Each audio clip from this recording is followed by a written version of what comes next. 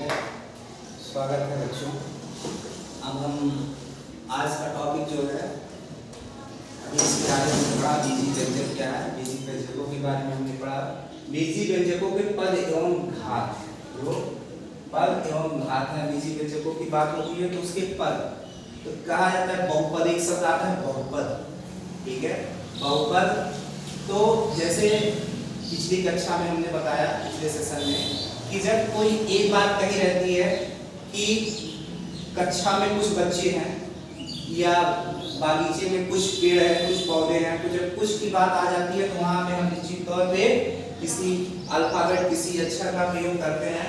तो जब वहां पे एक बात कही जाती है तो एक, जब फिर कोई बात कर दी जाती है कि कुछ उसमें से और मिला दिए गए, कक्षा में कुछ बच्चे और आ गए वाई, तो जितने भी पद होते जा रहे हैं उसमें से 5 बच्चे चले गए तो -5, यानी कुछ बच्चे थे, कुछ बच्चे और आ गए, 5 बच्चे चले गए।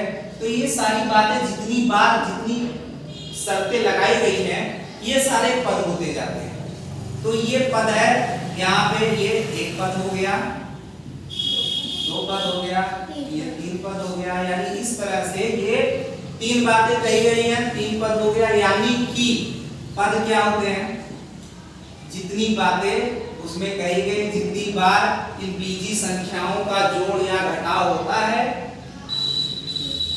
इन चर संख्याओं का जोड़ या घटाव होता है, उतने ही पद बनते जाते हैं इसमें। और जब बहुत सारे पद हो जाते हैं, एक पद जब केवल x रहेगा या 2a² हो गया, इस तरह से, तो ये सारे क्या हैं, ये एक पद ही हो गया। कहे 2a² प्लस 2b, इस तरह की बात हो गई। तो यहाँ पे ये एक पद हो गया, ये 2 पद हो गया, फिर कोई बात आ गई प्लस c हो गया, ये 3 पद हो गया।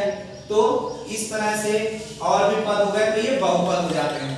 तो यही पद जब बहुत सारे पद हो जाते हैं तो बहुपद हो जाते हैं। जब तो सीधी आपको कंफ्यूज होने की जरूरत नहीं है, कोई बहुत बड़ी बात नहीं, बहुत आसान है कि इस तरह की जितनी बातें इसमें आती है, जोड़ घटाव की स्थिति आती है, जितने पद बनते हैं यही पद हो जाते हैं। कि जोड़ में कुछ बातें और कुछ शर्तें लगा दी गई हैं, जुड़ने की बात कह दी गई है ऊपर को, तो ये 2 पद हो गए, फिर जुड़ने की बात आ गई है, 3 पद हो गए, फिर यहाँ घटने की बात आ गई है, तो ये 4 पद हो गए।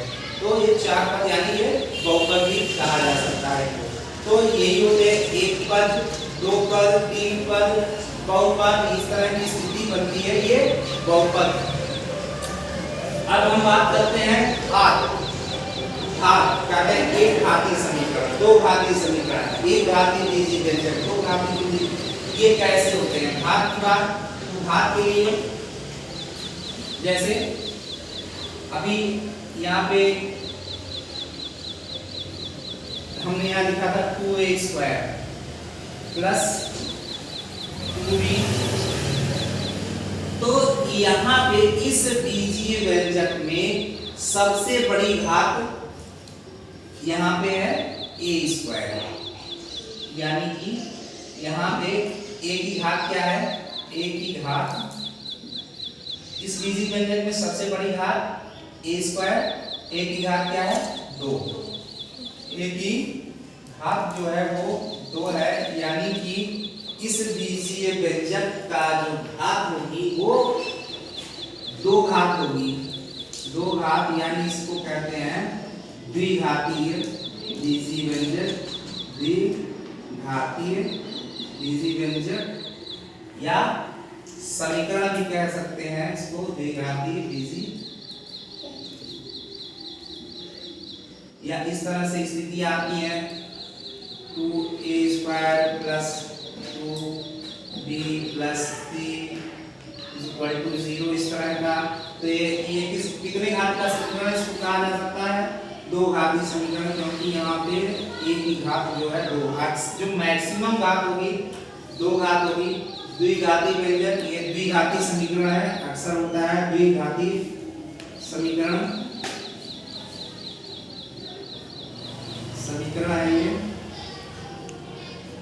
कभी स्थिति आती है आपको कंफ्यूजन हो जाता है, यहाँ पे a² लिखा है, b³ लिखा है, प्लस 2 बी स्क्वायर इन दिया सी समथिंग कुछ इस तरह की स्थिति बन गई, तो आप क्या कहते हो इस तरह की स्थिति में?